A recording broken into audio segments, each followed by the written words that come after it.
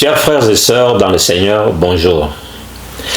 Tout dépend na ernyo sobokozwa émission na bino ezala na tongo, ezala na pokwa, ezala na butu to pesi bino nyoso mbote na kombo na Yesu Masia. To kutani na bino lisusu na mokola lelo, toujours avec votre humble serviteur, notre évêque Joseph Chibui. Lelo tolingi kolobela numéro moko ezali très spécial. Tobengi yango très spécial natina. Tolingi tolobela sur le feu étranger. L'homme de Dieu, bonjour. Bonjour, bonjour évangéliste. Papa, tolingi toyoka thème oyo bobongiseli biso na mokola lelo, mais avant que tokota na profondeur, tokosenga bomema biso na losambo. Merci bien-aimé, shalom pour nabiso nyoso ba et toza kolanda na pesi bino mbote de partout bozolanda biso. Soyez fortement bénis. Nous allons prier. Éternel, sois loué. Nous recommandons ces moments entre tes mains. Sois avec nous. Car la Bible dit, l'homme ne vivra pas que du pain, mais de toute parole qui sort de la bouche de Dieu. Elohim, sois avec nous du début jusqu'à la fin de notre émission. Et que cette parole touche le cœur de tout le monde, afin que ton peuple Elohim quitte l'ignorance. Au nom glorieux de Jésus, je me suis prié. Amen. Amen. Papa, maloba ongambo ya yo toyoka nini bobongiseli biso na mokola lelo. Yambo ete tokota na mituna na biso. Merci beaucoup, merci évangéliste, Nzambe à Pambolayo. Chers frères et sœurs, na ye toto ye lisusu na ngonga oyo pour que tout ça la nabino partage na message moko oyo ezali très capital et ndenge évangéliste Aochi Koloba, nous parlons sur le fait étranger.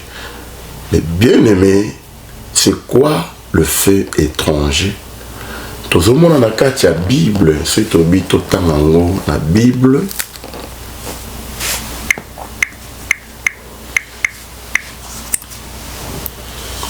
Tozi mukanda na Nzambe, toza na Lévitique.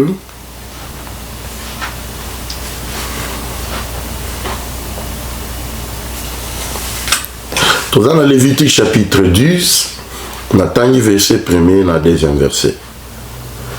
Les fils d'Aaron, Nadab et Abihu, prirent chacun un brasier, ils mirent du feu et posèrent du parfum dessus.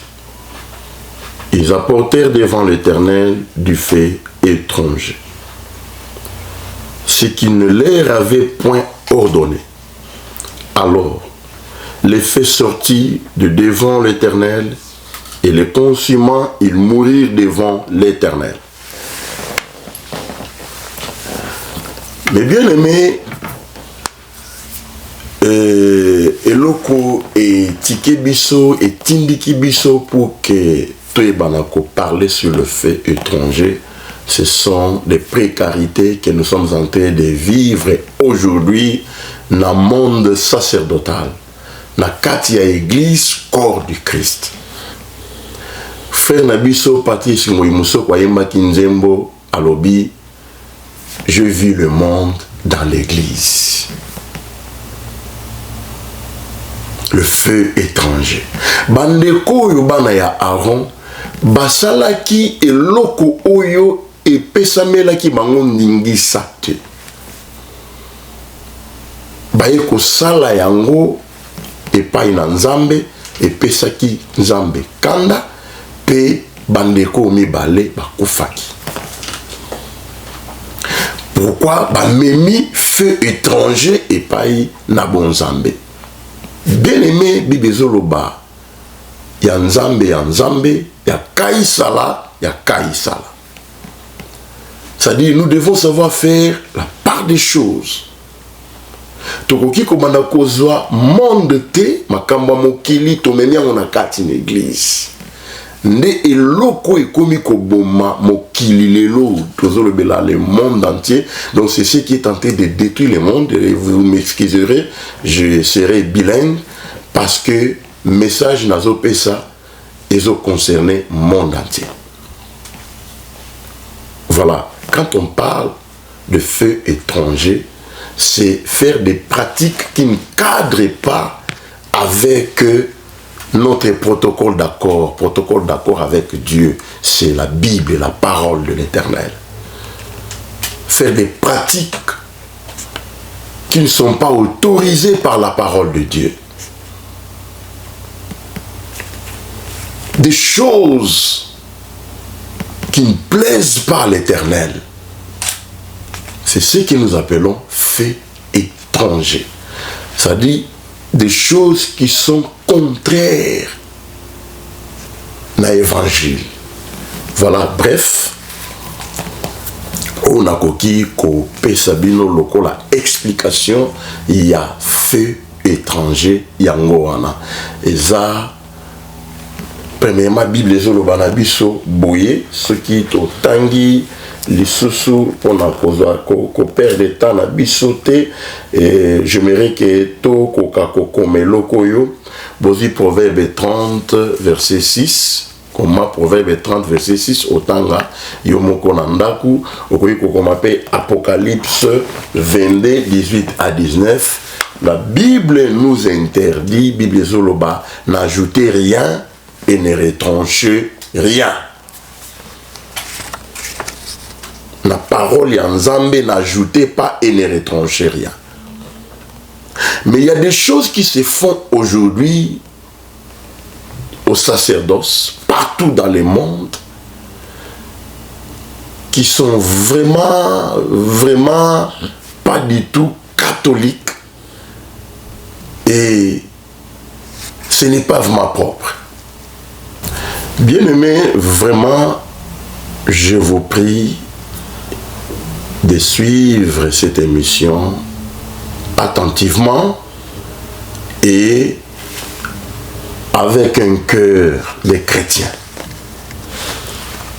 Ne venez pas avec des sentiments charnels et des polémiques derrière le message de Dieu ou la parole de Dieu.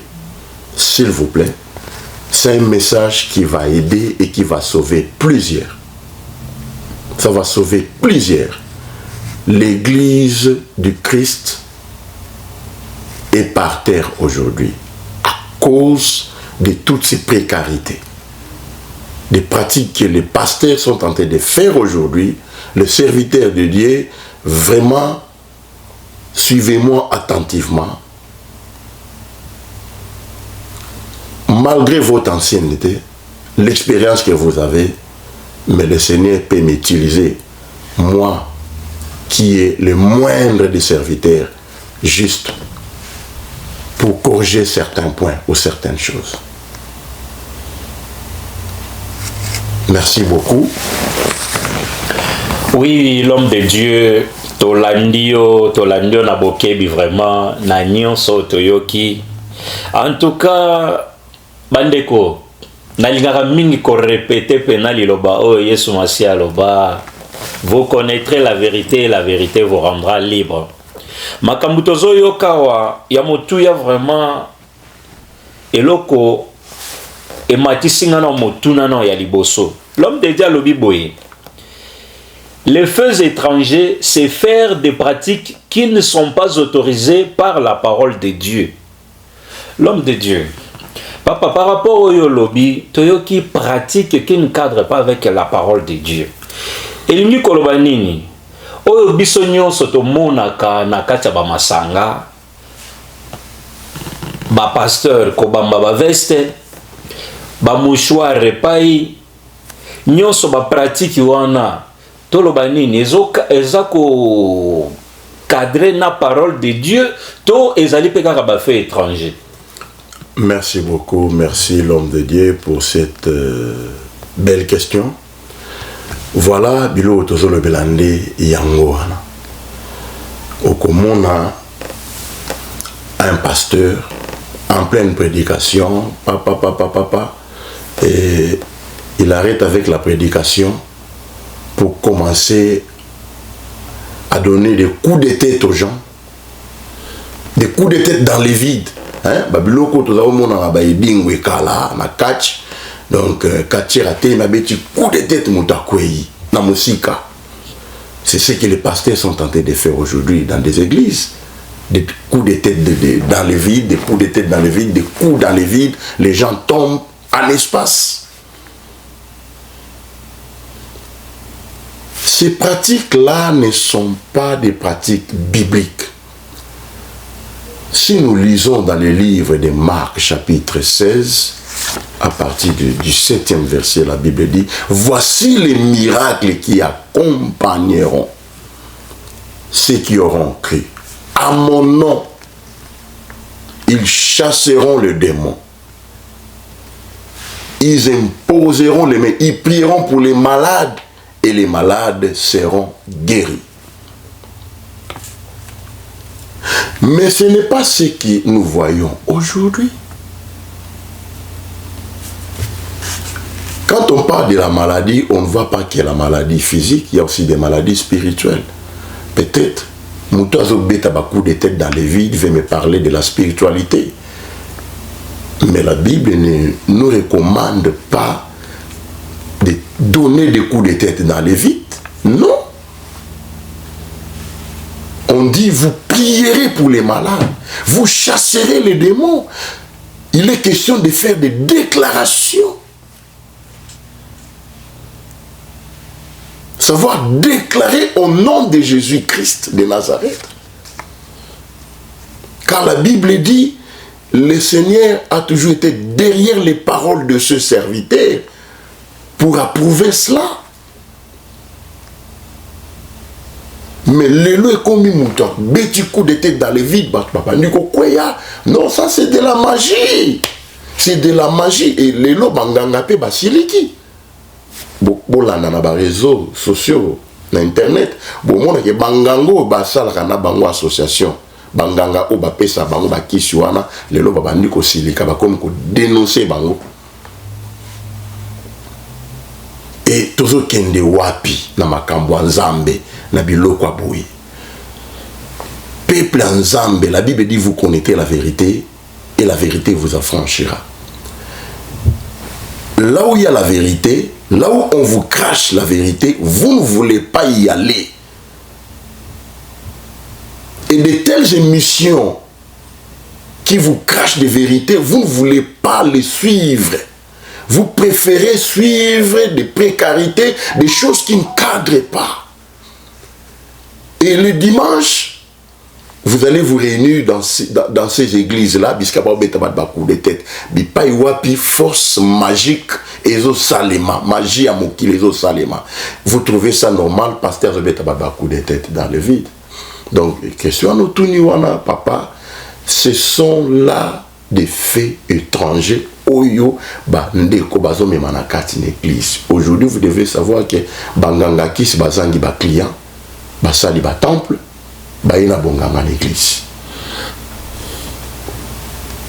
Donc c'est vraiment ba pratique en là, na fait étranger yangoan. En plus, ba pratique où ils ont vu veste, bandi ko bamba batu ba veste. C'est pas veste ozo bamba batu bazo qui ne ko kwea. Bien aimé, on ne se moque pas de Dieu. Ce sont des précarités. Un homme de Dieu puissant, celui qui est vraiment sincère, qui est en intimité avec le Seigneur, lorsqu'il fait ses déclarations, les miracles s'opèrent. Je ne refuse pas les miracles parce que moi-même je suis un instrument que Dieu utilise puissamment au miracle. Mais soigne d'abord ta relation avec Dieu, tu deviendras puissant. Tu peux déclarer de loin, les miracles vont commencer à s'opérer et les esprits impies vont commencer à sortir, à libérer les corps humains.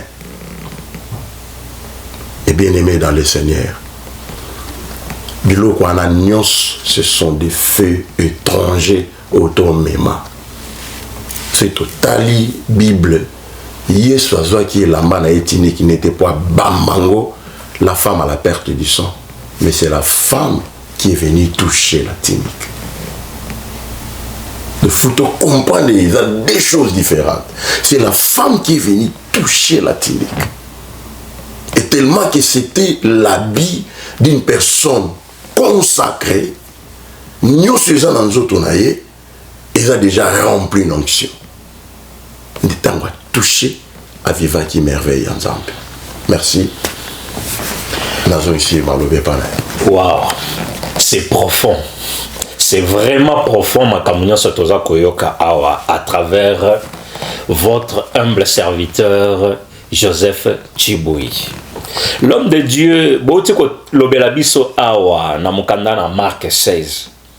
Tozi juste kara oyo lobeli ya motu yolobi. En mon nom, ils chasseront les démons et ils imposeront les mains aux malades. Mais tout le monde par rapport à la pratique, tout le monde na ba misusu baza ko benga batu, boya ko somba jus à pétrole, boya ko somba huile d'onction, baza ko kamata pe mafuta wana, surtout ba mama, bande ko na biso basi. Baza ko pakola ka bango mafuta wana balongoli bilamba nzoto mobimba tikali bolumbu, ba pakoli mafuta wana. Est-ce que yango pe eza feu étranger, to pe eza moko o ezali na kati na makomi? Vous savez, c'est déplorable. Mais bien aimés dans le Seigneur, il y en a qui se refroidissent déjà et qui commencent même à douter de l'existence ensemble. Mais, chers frères et sœurs, ne vous refroidissez pas. Ce sont des choses que le Seigneur avait déjà prévenues, disant que les faux prophètes apparaîtront. Voilà pourquoi nous sommes en train de le vivre aujourd'hui. Ce sont les signes du temps de la fin. Donc c'est parmi les signes du temps de la fin. Et l'autre évangéliste à Ochukotuna, il y a Bato Bakomi Kosala Baji, Bachena Bapétrole Nakati. Et vous devez savoir, premièrement, que le pétrole tue.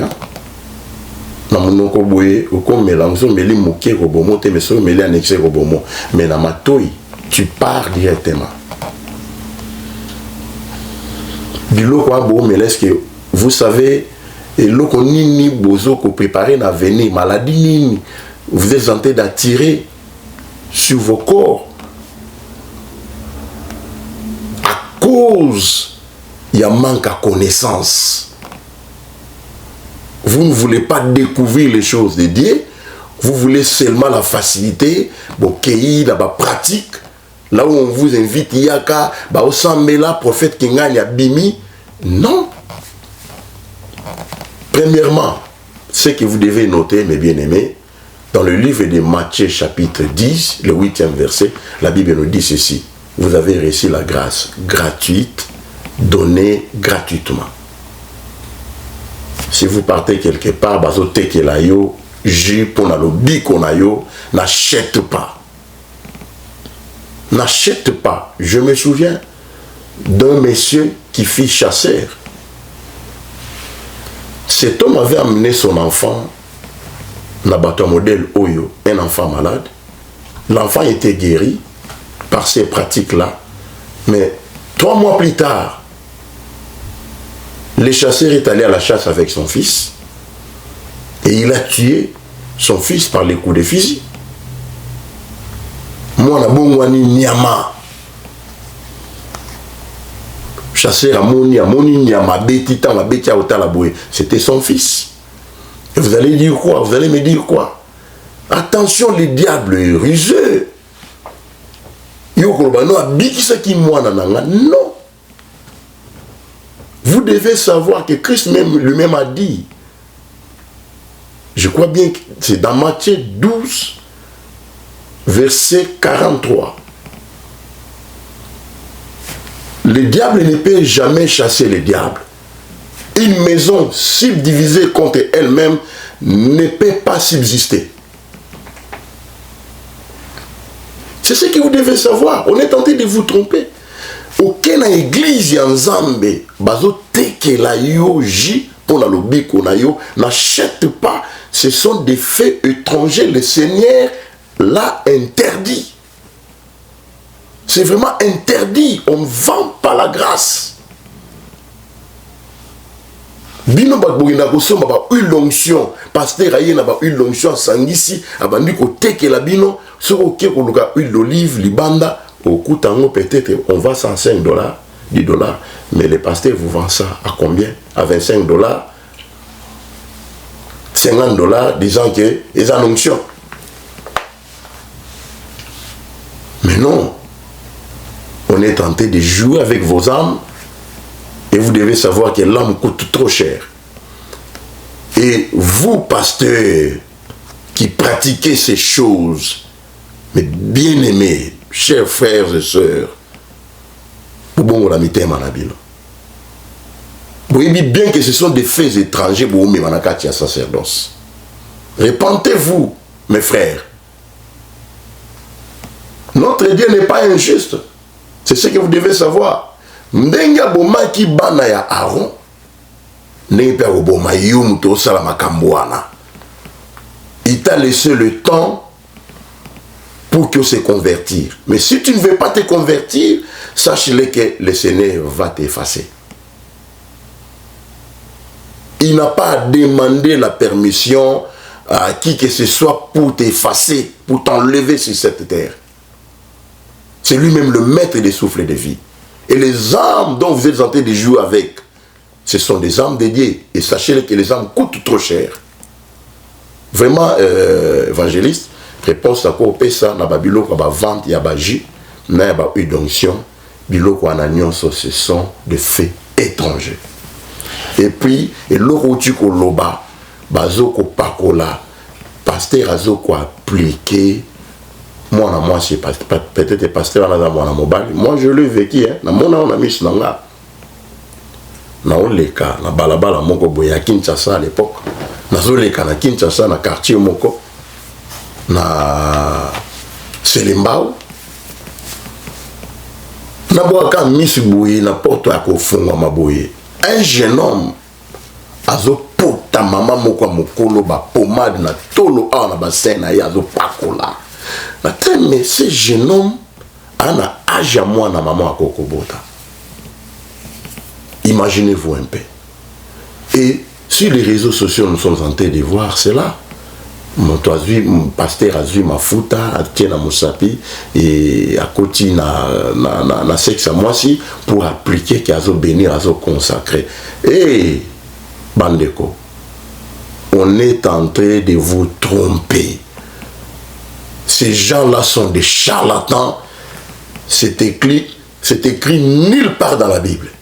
Nulle part qu'un pasteur ou un prophète doit appliquer l'huile d'onction au sexe des femmes ou des hommes. Non, ça ce sont des parties intimes. Ce sont des faits étrangers. Et vous serez bénis. Merci. En tout cas, motolanzambe tozali kolanda vraiment na bokebi nyonso. Bandeko balandi, en tout cas na esika bozali bola ike émission na bino, bo partager émission na bino et comme la moto nyonso. Soki yo pe mwana nzambe, o so leka na ba pratique oyo, ba pakola yo mafuta, ba lesa yo mungwa, ba melisa yo mai, ba melisa yo jus, ezala ya pétrole, ezala soki ya nini.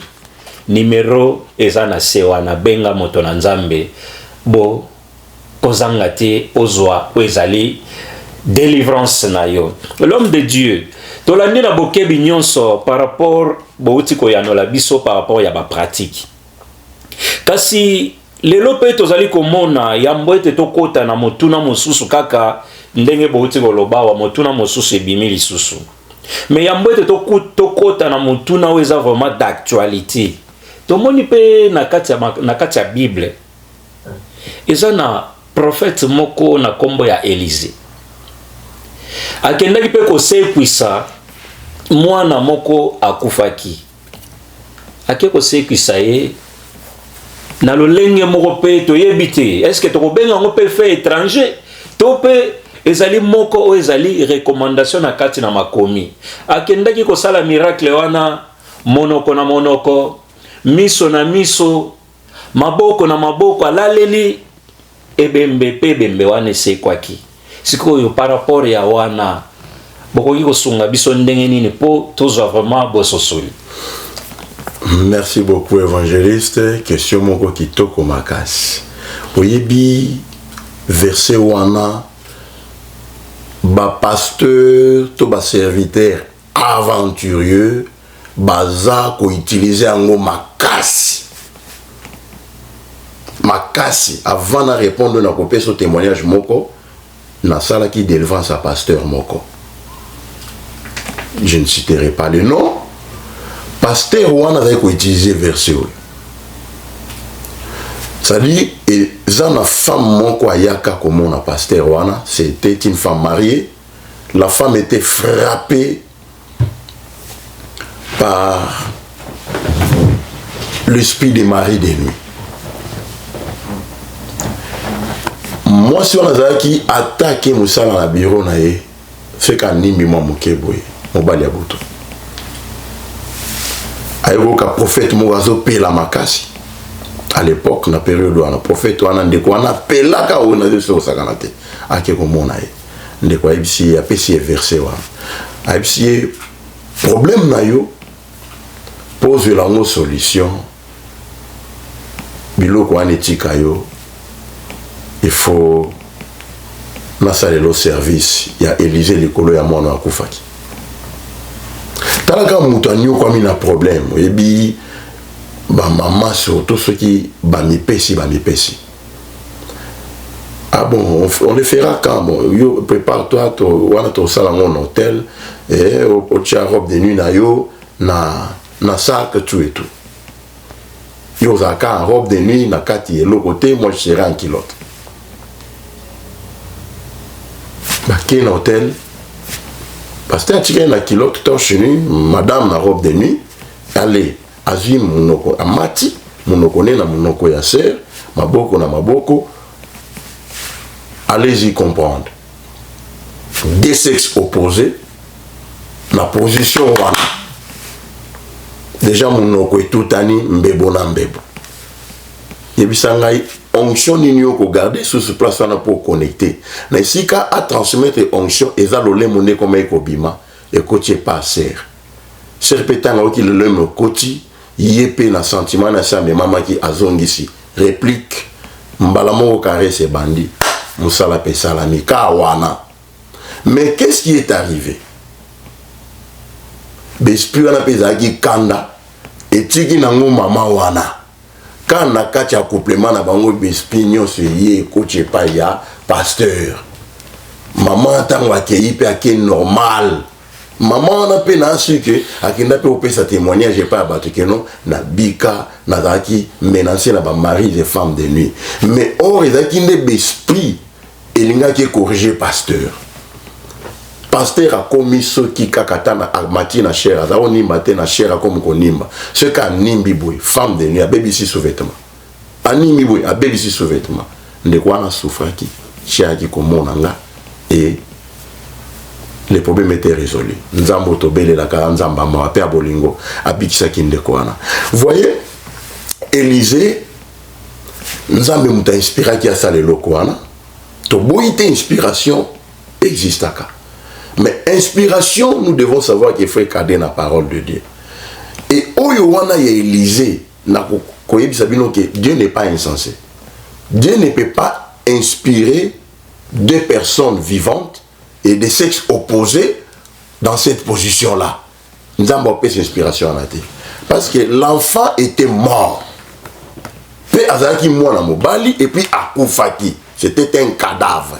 mais Élisée s'est permis ya kotia bouche na ye na bibebu ya mwana oya kufi amati likolo na pona ko communiquer vie et mwana zonga ki en vie ba pasteur o bazo sa biloko wana epai ya ba sœur est-ce que ba koko inspiration wana frère moko azolanda émission oyanga ameka ko répliquer alobaka ngai pasteur moko ya mobali pe aipse ngai to sala service un peu to sala kango na bika jamais ba pasteur bazo ko inspiration wana kaka na bana basi ou na auprès des femmes okoyoka te ki azwe yango mwana mobali ça veut dire eza maele mabe impudicité ya ekobo nde yotindika bato wana pratique ya Élysée ezaki devant ebembe yo ba memelo ebembe yo pasteur ba biso lala likolo ebembe wana tu le feras.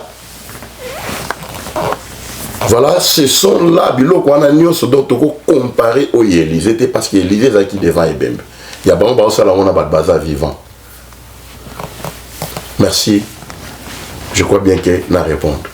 En tout cas, toza vraiment satisfait na ba réponse tozali vraiment kozwa.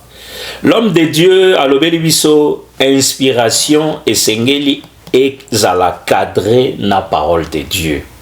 Mon frère, ma soeur, yo peso que so leka na ba étape oyo leka na ba pratique oyo lukelo nganzambe.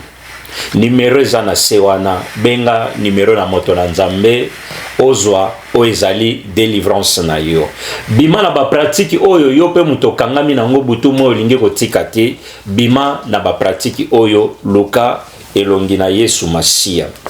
L'homme de Dieu oti kolobela biso sur ba faux miracle. Pasteur accueilli asali faux miracle.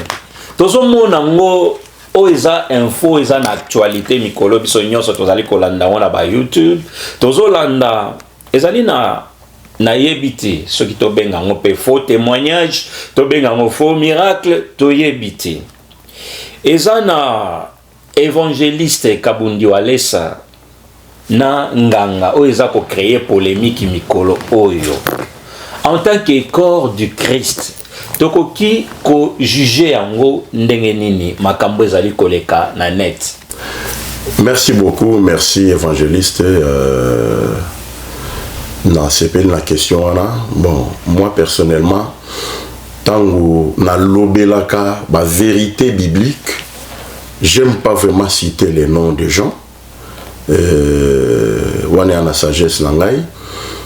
Nanga ko citer comme moi montoute parce que tant événement na ezo salema moi je suis pas là mais du moins loko les abiloko ezoleka na ba réseaux sociaux et bisonyo stolanda ki yango kazo ipeta en kolanda yango. Je dirais ceci par rapport à eloko wana. Premièrement avant la kende kuna parce que question na yo ezana nous généralisé après oyeko kende na kamoko particulier il y a évangéliste Kabundi Walesa mais la kena nous na première partie tant retourni ba témoignage monté oyo nazo ka ndeko denile chazo benga yango mankiona phénomène mankiona ça veut dire ba pasteur ba komi ko aider nzambe Nebilo tozoloba awa bibezoloba il y en a qui n'ont pas la vocation. Il y a beaucoup des appelés mais peu de lits. Et les appelés na batumsu ba na vocation te mais ba misali basali. Vous voyez, c'est ça le mal. Les lopé même biso on nzamba bengi avant de consacrer, il faut qu'on la confirmer. Si elle est confirmée que mutuana za na vocation. Nous avons vocation et tant que meki a meki nzamba na etelo ezo salate son na ezanini awoluka ino sala babilo kwana pour attirer les gens OK yo yokani na motu opesi mongo kosa ki ozaki aveugle et oye kotemuta na osambela pe olobi na moni. Moi je me rappelle les alande komoko na ngaliema ba pesa $20 ake kokosa ke azaki aveugle étant pasteur assemblé à moni on de quoi na yebani mingi na ngalema bat bayebi bata me moto to yebi comme aveugle mon colonie lobi to zaki na otambola normal aveuglement ngwezuye wapi. Mais bien aimé, le monsieur est venu faire les faux témoignages à l'église et à son retour, il était frappé d'aveuglement. Il était frappé d'aveuglement et toujours toujours kosuke pananga. Au finish, il était venu me voir. Na l'église na délivrance à Kota retraite. Il y a 7 jours à sec pour que Miss Nezonga amona. Parce qu'il y a bon chose qui est l'hôpital, bah au Tchakis, ils ont qui ne kobakisa ba couche, ba miri aveuglement plus. Biloko wana ngone nzamba obana osala mikolo yo. Moi, j'ai du mal, surtout je regrette beaucoup plus pour mon pays. Là, excusez-moi, je regrette mingi pour le pays nanga. Tant on a landé loko moko na internet, ndeko moko azoko cité ba pays oyo eza makasi na manki on appelle eza ko escroquer ba fidèle. Congo était cité le premier pays. Numéro 1. C'est Congo. Nous avons cité qui numéro 1 Congo. Tout le monde bazo tuna bazo benga yeso monsieur Google. Donc vraiment ça m'a fait très mal et tant on a meki kolandela il a raison. Mankiona. On n'aide pas Dieu. Le miracle existe. Chers serviteurs de Dieu, si réellement vous êtes serviteurs de Dieu, même si vous étiez dans l'erreur, notre Dieu est plein de miséricorde et il est riche en bonté. Repentez-vous, retournez sur le droit chemin, cherchez la face de l'Éternel. Le Seigneur va vous utiliser. Il va vous utiliser. Et lorsque vous partez vous entretenir avec les fidèles ou les païens pour faire des témoignages montés, qu'est-ce qui vous inculque dans leur tête, mes frères? Vous inculquez ni n'amitu à bas païens, n'amitu à bas fidèles, que Dieu n'existe pas. Ces gens-là vont douter de tous les témoignages. Même les témoignages vrais seront doutés.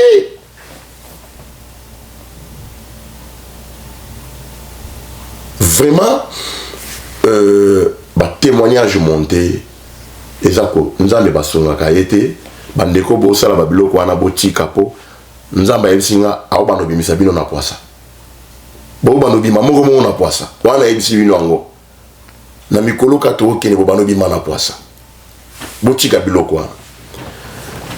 Makena deuxième volet oyo otangi kombo ya évangéliste.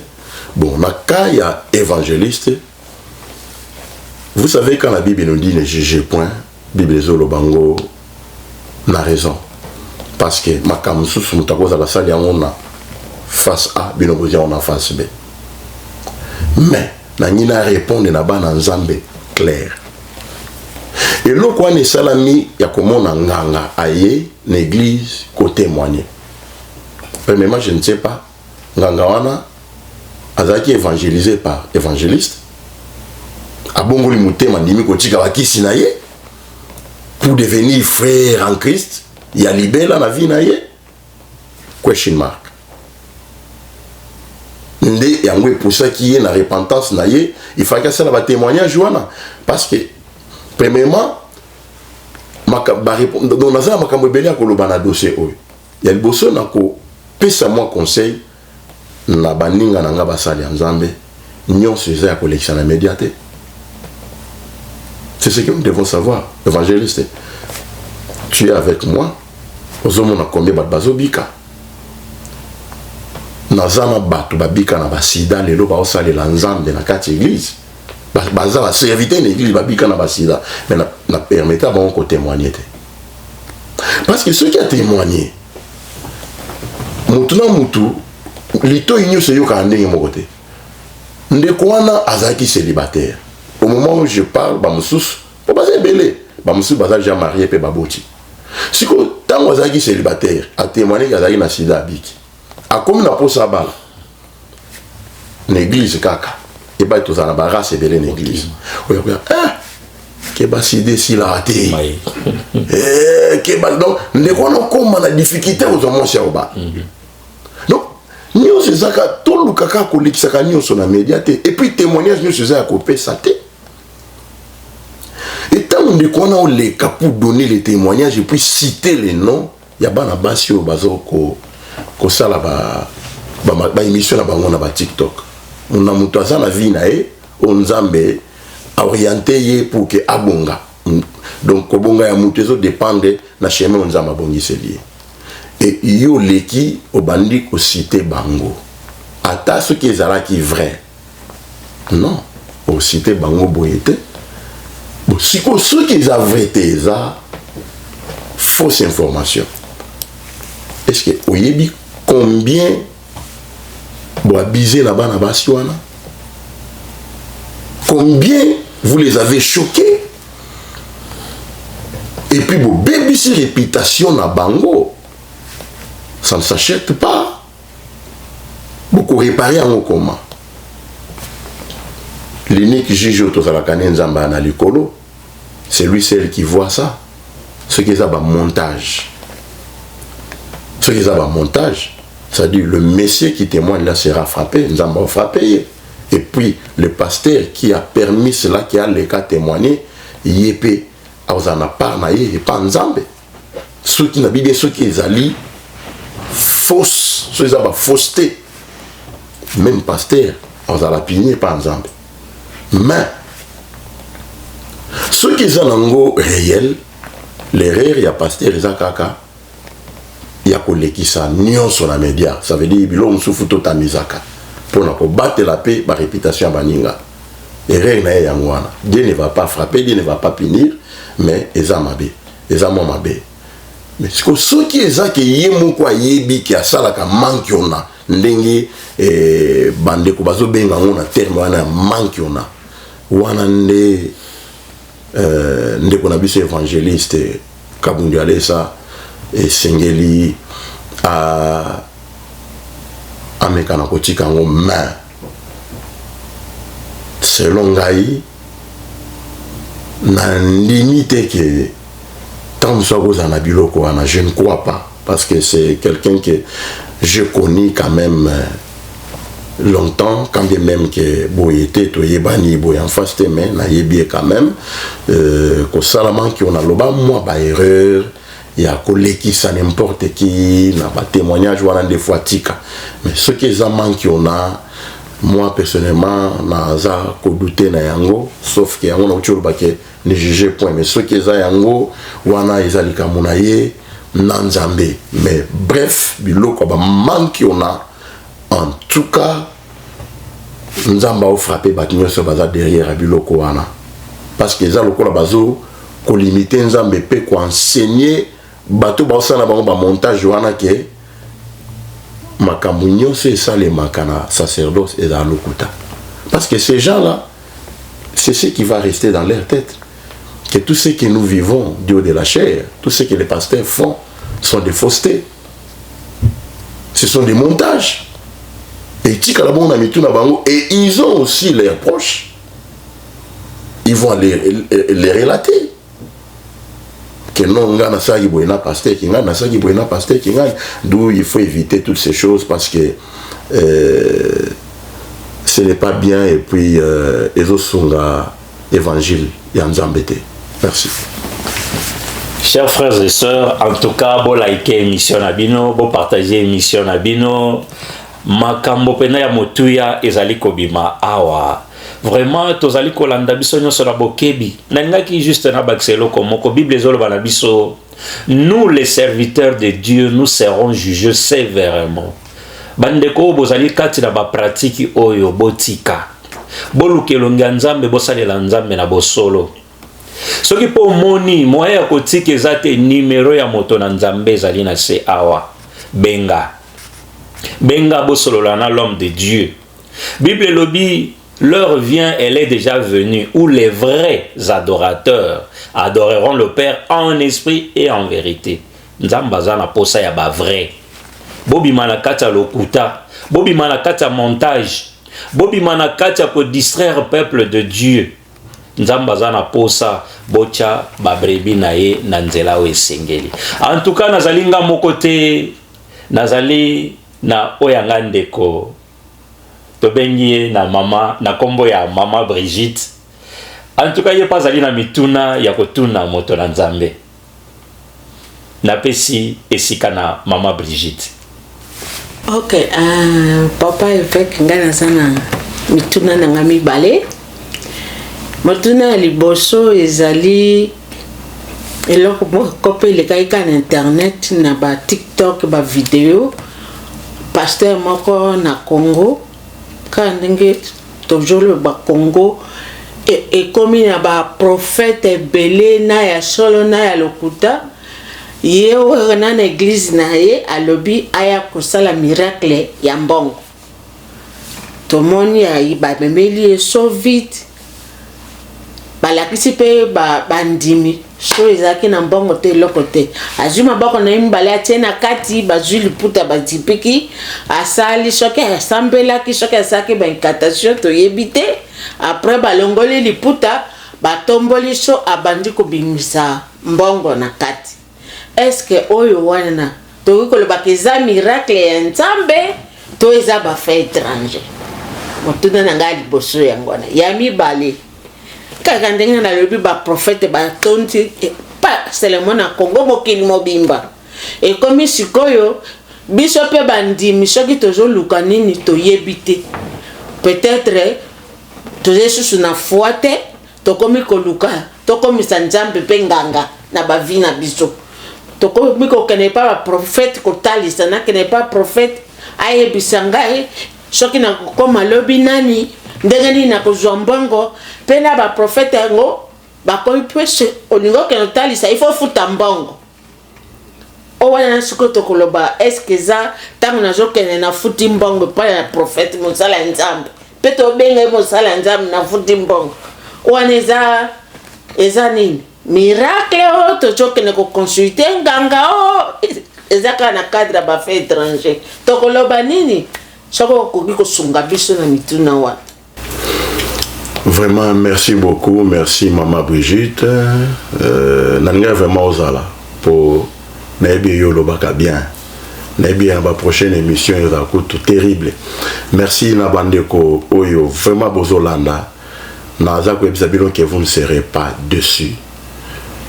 Bon, continuez Kolanda ka chaîne Nabino. Bon, s'abonner. Et que son Nabino makasi parce que toye pour ne pas cracher bino ba vérité. Et donc, il y a liboso maman où tu retournes pour la multiplication ya mbongo. Attention, Dieu ne se contredit pas. Ou la parole de Dieu ne se contredit pas. Nzambe moko lobi l'homme mangera à sa sueur. Mutufa sala atoka poison mbongo na ye. Est-ce que pasteur wana azwi ba kantine tie maboko na kati ya tie bazipi lamba atanga verset wana te? Est-ce que le monsieur connaît bien la Bible? C'est un magicien. Donc ce sont là les faits étrangers. Auto Lobela, c'est un magicien. Je me souviens tant Mazoko là. On a eu chance à Otambola mingi dans ma vie. Na tamboli surtout na Congo na tamboli na ba province belé. Na zipengolo akotambola pe moi ba pays. Mais na Congo na tamboli mingi depuis bon mois na ngai. Et je connais un certain magicien au nom de Aoulou Wala. Bato baebi monsieur Anazari na succès makas. C'est un monsieur à sillonner Kikwite, Idiofa, Kaemba, Chikapa. Donc à sillonner mingi. Pe na Kinshasa pe asali babilo konae. Donc textuellement bilo et l'autre tout nanga wana makambo Aoulou Wala zai ko sala yango wana. Il y a même tina ba école à l'époque aveuglement tina ba école na ba école primaire na ba école humanité aye pendazo sala ba spectacle na ye monsieur anazaki awe sabilo bozo mabanga boyena mabanga boche mabanga na nzungu ya ma famille bozo zelo bozo zelo boche na nzungu ya ma famille bo finika quand ndenge ya finika ya ba finika c'est un magicien ne quoi un magicien et puis Dieu va les frapper bozipi yango abandi ben incartation pas milinge banyo bima na banzungu wana milinge bimi to fongola boye mama tala misunya ngulu zelo ane komi loso ya moto yeba ina se ignorance wana biso to liaka biloko wana na leki lango délivrance Vraiment. Yeba ngulu non ezani ya mamoko bato belé balinga ngo donc akosala bo yemo azo benga femme ngwala mabilo wa bengi mamengo ezere wana ndeko na ngulu wana akozwa mbongo atie na kati ya boîte ya miliki ya munene azipi pam sala incantation mbongo se multiplier parce que loko ndeko na zo sala nzambe soki azo interdit premièrement ba jet d'hasard nzamba lingi yango te baristoun nzamba lingi yango te naloba ngo na lingala likelema nzamba lingi yango te sikoyo koya ko multiplier ne mbongo na chair ya nzambe Dieu peut permettre cela. Le Seigneur nous a donné la force de travailler, l'intelligence. Nous devons étudier tous les papiers pour que l'objet tous à la bateau tout ça là. Faut poser chance à côté ngati, mais ça là maboko ezali yekola yango au sala.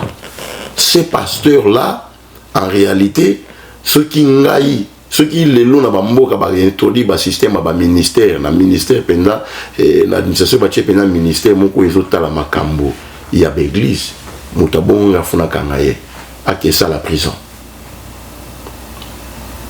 parce qu'il encourage la paresse na kacha mboka panizo ko bongisa mboka te za kotonga mboka te.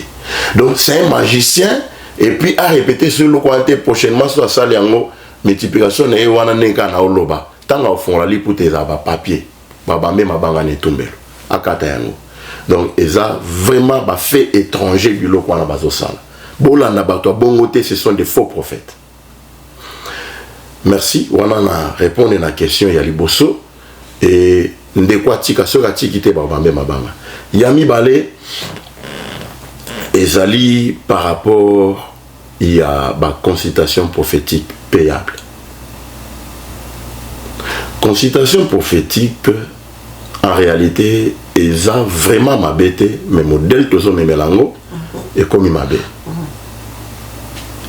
Nous devons savoir que ma Bible a zoloba, invoque-moi, invoque-moi, je te répondrai et je te montrerai les choses cachées. Jérémie 33. 3. Tu dois savoir toi-même là où tu es une créature de Dieu. Si tu entres dans ta chambre pour demander quelque chose à Dieu et tu veux connaître quelque chose, invoque-moi, je te répondrai par les prophètes. Non. Abi, je te répondrai. Et je te montrerai les choses cachées. Luka nzambe na mozindo nzamba olobelo tantôt na ndoto na yo nzamba kolobela yo tantôt osala vision akolobelo na voix audible ou soit aussi si prière au fandi okomona ka boye pa mutu aye place oza nzamba simbi prophète aye place oza non maman non tiko za c'est ko sambela na sala message mo pona yo a répondre à ce message et cardinal likambo na yo wana oko douter ne lokote mais oyo zi olongoli makolono inde na kena kendo otalisa na vie nanga donc ba tom biso mona no banimine to bebisa basali ya nzambe amen to komisa basali ya nzambe lokola banganga kisi non na kena kendo otalisa yango moni bango pe bakomolela kaka wana batie consultation tant yo ko ya mususu aza na kisi na ye Parce que Bible, tout le monde prophétise, hein? Et les sorciers aussi prophétisent. Amen. Ça, c'est la Bible. Alors, tant que ceux qui sont occultistes, ils prophétisent. Ils ont na liste ya bondoki. Puis à sa collier pour dire ah prophète on a ma grâce OK pour ça les évangélisation pour nous tindre les bateaux. Ya ndengwana ngana ndima angote. Ngana ndima ka oyo nzambe moga lobi ezake na sambeli na croiser maboko na zeli na okanzamba loba. Ceux qui a lobby na nga mon côté a utinde la nga prophète ezakaka oyo atelemi na cher azote ate. Et d'ailleurs c'est tobito qui est na makambo ba ministère prophétique oyo na loba makambo susu eko choquer bato belé parce que c'est tout tangi bible na tangi bible na nga na Matthieu 11 na omona so tangi ngobi omona ke ministère prophétique so landi bien ba on la biso ke muta et ceux qui na Jean Baptiste le dernier prophète pour le Daniel ba okata mutu yewana. Aujourd'hui, ministère prophétique est tiré dans kaka na ba don ya prophétie. Ils ont couvert par les dons des prophéties. Yango mona batu nyonso ba mi bamba ba kombo ba prophète des nations, ba prophète kingani, lelo ba suka ba comédien. Ba suka ba comédien. Parce que ministère wana zelo okende ko bamba kombo na pamba te. Ce ministère c'est souka. Les autres, ils ont couvert la doigt prophétie. Nous devons ah, doigt prophétie. Netinga, ceux qui n'aient pas makambo bien tenu dans les biens la prophète. Parce que je prophétise. À l'église, à l'église, tout na bango, bakota na bureau nanga. Baleka na prophétie, baza ba prophétie. Amen. Amen. Tout na ndérolik. Awe biso. Avant na même tina mabele. Na ye moko a part ye moko a connecté ngana muto na yebite ye a telmi na osola na muto wana frère ngava na sabi évêque makambo zoloba mama kuna oka mama na okansake ngana sololi na yo so na ye kolaki makama bindi ba ministère bien te na tanga bible tene na mibenga prophète mais je suis un apôtre. Évêque, c'est un titre honorifique au Mboka Nangé Pessinga. Mais je suis un apôtre du ministère. Alors, biloko wana o kende ki na ke ko talisa yango etindiki ba pasteur ebele ba kota ba simba ba kisi ba mibenga ba prophète et puis ba na prophétiser pour ba facture ka sur yango yelangai dans consultation il faut foutre $50 $100 et ba bazo ya ebele bazo foutre ba consultation. Et ça, fait étranger. Dans le verset biblique, on a Matthieu chapitre 10, verset 8. Et le bien, ngulu bozu ya ofele, bo pesape ya ofele. Ce qui prophète a comme il passe sakola yo, a aussi un mongo, fofuta mongo, c'est un magicien. Et ça, fait étranger. Donc, lo konyo so nezo salima wana bandeko, vous devez bannir cela.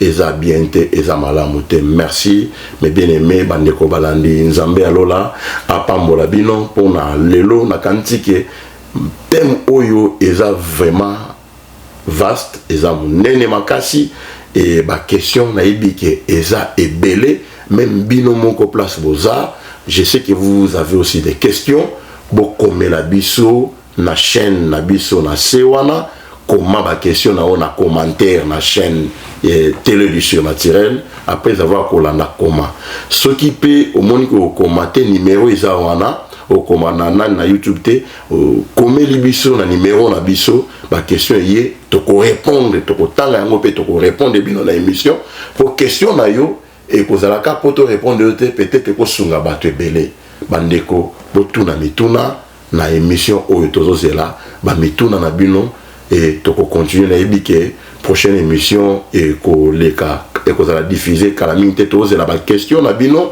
to que les cas lisous une émission na bande ko moi et belé lisous na émission moko vraiment ils en a ba frère ba sœur et belé pour na mituna au bino boko na biso o ko ya na YouTube na o ko ya na téléphone na biso en tout cas to ko songa bino ndenge évangéliste a été koloba ceux qui okutana ba makambo nyonso uchi koloba awa benga biso na numéro na biso tokosunga yo tokobondela nzambe kolongolo na se ya mikumba wana oleka ba pasteur mo ba benga yo bosala na bango ba mankiona yeba ke o contribuer na séduction ya ba amebele ozo vivre sous la malédiction et wuche pa na nzambe yemoko kovanda kinyate benga numéro na biso toko sala entretien na yo pe toko bondela nzambe pona yo ngolu na nzambe ekitela yo nzambe na bisa nzambe vraiment iyamawa merci en tout cas na pesi merci et pas évangéliste Jacques na pesi merci et pas ya maman Brigitte na pesi merci et pas ya technicien na biso vraiment oyo aza kosala ke bilili ezala vraiment suivi nzambe apambola bino ba eboza na technique na pesi pe merci na bana union pour Christ nyonso nzambe alola apambola bino pe merci na bandeko nyonso bolandi nzamba alola mona yo kaka émission oyo landi et pe sa solution na problème na yo et na profiter ko lancer communiquer il y a projection activité to zanango. Nous aurons une très grande activité du 1er au 3 novembre de 15h à 19h30 dans la sainte de notre église Union for Christ Church ici à Washington State à Seattle et adresse Ezawana na si écran abino place Milulu et Kozala et bon isami na ba orateur moko très puissant le fils du prophète et le prophète lui-même. Je vous dis que vous ne serez pas dessus. Le docteur Victorien, l'évangéliste Jacques, ainsi que l'évêque lui-même, nous serons là, mais Moutaza au centre, il y a service Nyonso. C'est Jésus-Christ de Nazareth. Amen. C'est lui l'orateur principal. Venez nombreux, beaucoup vivre le miracle ensemble. Merci, que Dieu vous bénisse. Amen. Amen.